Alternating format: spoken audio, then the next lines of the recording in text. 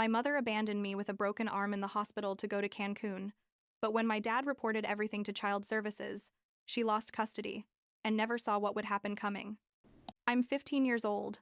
I live with my dad now, and I need to tell this story because I still can't believe my own mother did what she did to me. I mean, when people ask me why I don't live with my mom anymore, I don't even know where to start, you know? Because the truth is so unbelievable that sometimes even I can't believe it. And I lived through it. My parents got divorced like 3 years ago. When I was 12. It wasn't a surprise, honestly, because they'd been fighting about everything for years. Literally everything. Like if my dad worked too much, if my mom spent too much money, if they couldn't agree on anything. I remember spending nights listening to them argue from my room, trying to do my homework while they yelled downstairs. Eventually they separated and, I don't know. I guess I thought things were going to get better. My dad moved to another city for work, like 3 hours from where we lived, and I stayed with my mom because, you know, it made the most sense at the time. He'd come see me every 2 weeks and we'd talk on the phone almost every day. The first few months after the divorce were weird but not terrible. My mom was sad. I was sad. But at least we were together, and she seemed to be trying to be a good mom. You know what I mean? She'd ask me how school went, we'd cook together on weekends, that kind of stuff. But then she met Howard. Howard showed up like a year after the divorce. My mom had started working as a beauty influencer, uploading makeup and skincare videos and all that stuff. And I think she met him at some event or something. The guy was like 4 or 5, my mom is 38, had 2 sons from a previous marriage who were already adults but still living with him because, according to him, they didn't have money to move out. From the beginning, something about Howard rubbed me the wrong way. I don't know. He had that controlling guy vibe, like he always had to be right about everything. They got married super fast, like after only a year of dating. And that's when my life became hell, basically. Howard's sons moved in with us too. 2 guys like 22 and 24 years old who did nothing but play video games and bother me. And when I say bother me, it's not like normal sibling stuff. It was like constant bullying. They'd hide my things, eat my food from the fridge, make comments about my weight, and I'm not even overweight, like, I'm completely normal, and my mom never said anything to them. Literally nothing. But the worst was Howard. That man had an opinion about everything I did. Like if my clothes were too revealing, he wore jeans and hoodies. Seriously? If I spent too much time on my phone? If I didn't help enough around the house? The ironic thing is his sons didn't lift a finger and he never said anything to them, but I had to wash dishes, clean my room, help with laundry, everything. My mom didn't defend me either. She'd just say things like, "Howard's right, Natalie. You should be more responsible." Or, "Don't start with drama. He just wants what's best for you." Lies. He just wanted to control me and make me feel bad. The thing is, I put up with it as best I could for almost 2 years.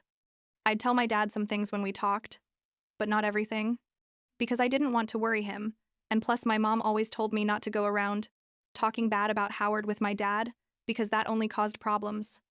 So I kept a lot of things to myself and basically survived, counting the days until I could go to college or something. Like 6 months ago, Howard got a promotion at work. I don't know exactly what he does, something with finance or accounting, but the point is he started making more money. And with that money, he decided the whole family was going on vacation to a luxury resort in Cancun. When I say the whole family, I mean him, my mom, his 2 useless sons, and supposedly me too. My mom was super excited, posting Instagram stories about the trip, showing the resort, saying it was going to be the trip of our lives and all that crap. I, honestly, didn't want to go. The idea of spending a whole week stuck with Howard and his sons at a resort, no matter how luxurious, sounded like torture to me. But my mom insisted, saying it was important for the family and that Howard was spending a lot of money on the trip and I should be grateful. So I agreed. What else could I do? The trip was planned for a Monday. The Sunday before the trip, my mom and I went to the supermarket to buy some last-minute things. I was in the passenger seat, checking my phone and thinking that at least at the resort there'd be a pool and maybe I could spend time alone reading or something. We were going down a main avenue. We weren't even going fast or anything, when out of nowhere some guy ran a red light and hit us on the driver's side. I don't remember much about the impact itself, just the horrible noise of metal crashing and glass breaking, and then being on the floor of the car, all sore and confused. My mom was screaming. There were people running toward the car, and my left arm was bent at a really weird angle, and it hurt so much I thought I was going to pass out. Someone called an ambulance, and they took both of us to the hospital. At the hospital, they told me I had a broken arm and a mild concussion, like a head injury that wasn't super serious but had me dizzy and with a headache. They put a cast on my arm and told me I had to stay for observation for at least 24 hours because of the concussion, to make sure there wasn't anything more serious with my head. My mom had some bruises and was sore, but didn't have anything broken, so they let her go home that same day after checking her out. I was in my hospital bed, with my arm all casted up and feeling horrible, when my mom and Howard came to visit me. I thought they were coming to see how I was, maybe to bring me comfortable clothes or something to make my hospital stay less miserable. But no. Howard stood at the foot of my bed, with his arms crossed, and my mom sat in the chair next to me with that face she makes when she's uncomfortable, and then my mom said, "Natalie, we need to talk about the trip." And I thought, obviously, we're going to cancel it or postpone it because I just had a car accident and I'm in the hospital. But no, that's not what happened. My mom tells me, looking at me but not really looking me in the eyes, that they decided they were going to go on the trip anyway, that they'd paid a lot of money and there was no refund, and it was a once-in-a-lifetime opportunity. And I was like, okay, well, I guess I can stay with my dad when I get out of the hospital, no problem. But then Howard spoke and said, "Your father is on a business trip this week. He can't come. Your mom already checked." And that's when I understood what they were really saying. That they were going to go on vacation and leave me alone in the hospital. A 5-year-old girl with a broken arm and a concussion. Alone. I said to my mom, "Are you serious? You're going to leave me here alone?" And she started with a whole explanation about how the doctors said I was going to be fine, that it was just routine observation, that the hospital had nurses who could take care of me, that I was going to be asleep most of the time anyway, that the trip was important for Howard after working so hard. I couldn't believe what I was hearing. I literally couldn't process that my own mother was saying these things. I asked her what happened when they discharged me. Who was going to pick me up? How was I going to get home? And Howard, that bastard, said I could take an Uber. An Uber. At 15 years old, with a broken arm, and leaving the hospital. Can you believe it? I started crying. I couldn't help it. I begged my mom to please not leave me alone, to please cancel the trip or at least have one of them stay, that I needed her. And my mom stroked my hair, the only gesture of affection she showed me in that moment, and told me I was being dramatic, that they were only going to be gone 4 days, that I was mature enough to handle this. They left that night.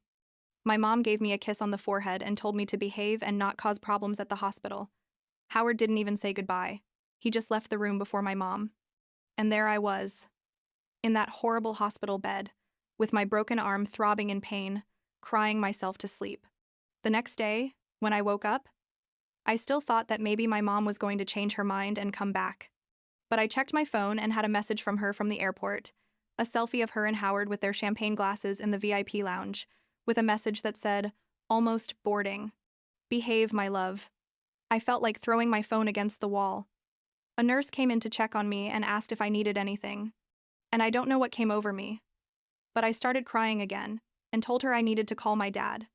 She looked at me with a concerned face and asked me where my mom was. And when I explained that she'd gone on vacation to Cancun, the face she made was total shock. She told me that wasn't right, that she was going to talk to her supervisor, and she helped me call my dad. My dad answered on the second ring. I told him everything, crying so hard I could barely talk. The accident, the broken arm, that Mom and Howard had left me alone in the hospital to go on vacation. There was a horrible silence on the other end of the line, and then I heard my dad say, in a voice I'd never heard from him before, so calm but so furious at the same time, "I'm coming right now. Don't move, I'm going to fix this." My dad arrived like 3 hours later. He drove like crazy, I think.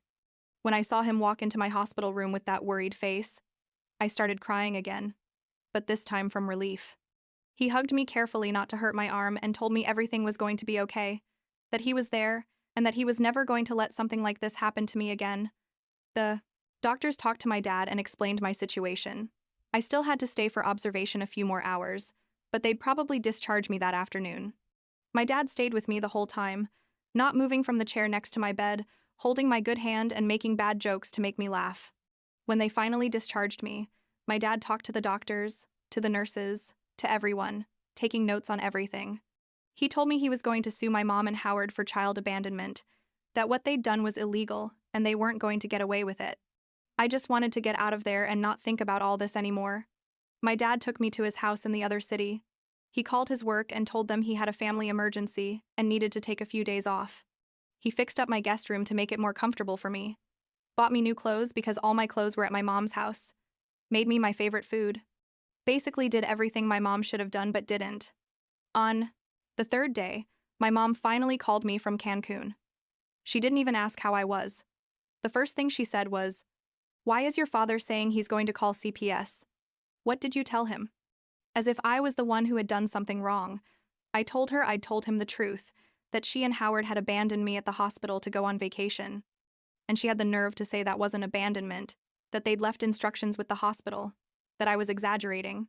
My dad ended up reporting them to CPS, like Child Protective Services. They came to interview me and I told them exactly what happened, without changing anything. I also told them about how Howard treated me, about the favoritism toward his sons, about how my mom never defended me.